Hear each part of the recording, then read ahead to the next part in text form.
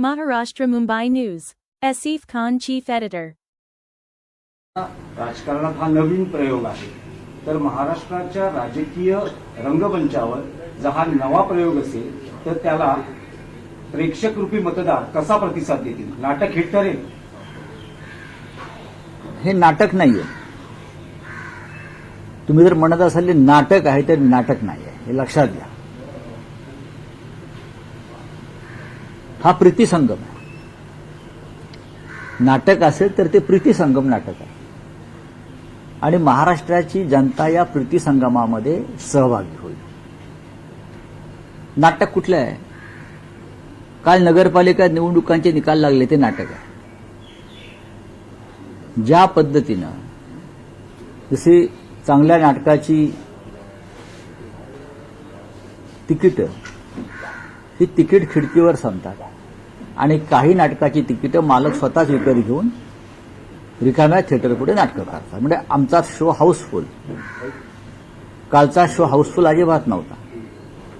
प्रचंड पैसे खर्च करून तिकीटे विकत घेतली गेली, विकत दिली गेली आणि कालचा निकाल हा महाराष्ट्राच्या जनतेला पूर्णपणे माहिती आहे की कशात कोट्यावधी रुपये नगरपालिका नगरपंचायतीसाठी कोणी खर्च केले होते आतापर्यंत. आम्ही तरी पाहिलं नाही. हेलिकॉप्टर चार्टर फ्लाईट घेऊन कोण प्रचाराला गेलं नगरपालिकांच्या? आम्ही तरी कधी हे पाहिलं नाही. या निवडणुका कार्यकर्त्यांच्या असतात, पण या निवडणुकीमध्ये झुंपली कोणामध्ये? तर सत्ताधारी पक्षाच्या 3 गटातच झुंपली. भाजप विरुद्ध शिंदे गट, शिंदे गट विरुद्ध अजित पवार गट. या तिघांनी प्रचंड पैशाची उधळपट्टी केली. कोकण असेल, मराठवाडा असेल, उत्तर महाराष्ट्र असेल, कोट्यावधी रुपये आले कुठून? कसे आले? वाटले गेले, पकडले गेले. काय केलं निवडणूक आयोगानं?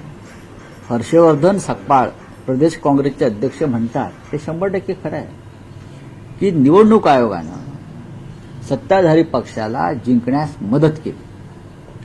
यात चुकीचं काही नाही. तरीही आम्ही आमचे कार्यकर्ते लढले, आमचे नेते गेले नाहीत, कारण आम्ही वर्षानुवर्ष ही निवडणूक कार्यकर्त्यांवर सोडलेली आणि नगरपालिका निवडणुका जिंकल्या म्हणून जर मेंढे म्हणत असतील असली कोण नकली कोण, चिन्ह बाजूला ठेवा चोरलेलं आमचं चोरलेलं चिन्ह अमित शहानी जे तुम्हाला दिलंय दरोडा टाकून ते बाजूला ठेवा आणि निवडणुकीला उतरा. मग असली कोण नकली कोण याचा फैसला होईल. चोरलेला पक्ष, चोरलेल्या चिन्हावर तुम्ही आजही निवडणुका लढता, हे लक्षात घ्या. जो धनुष्यबाण महाराष्ट्राच्या कानाकोपऱ्यात घराघरात बाळासाहेबांनी पोचवला, आम्ही सगळ्यांनी पोचवला, तोच चोरून तुम्ही निवडणुका लढताय. तो बाजूला ठेवा. एक निवडणूक तेलंगणामध्ये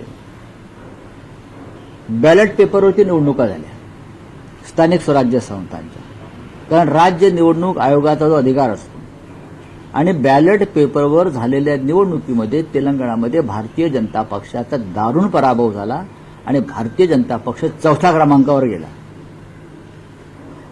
त्याच्यामुळे ईव्हीएमवर संशय तर येणारच.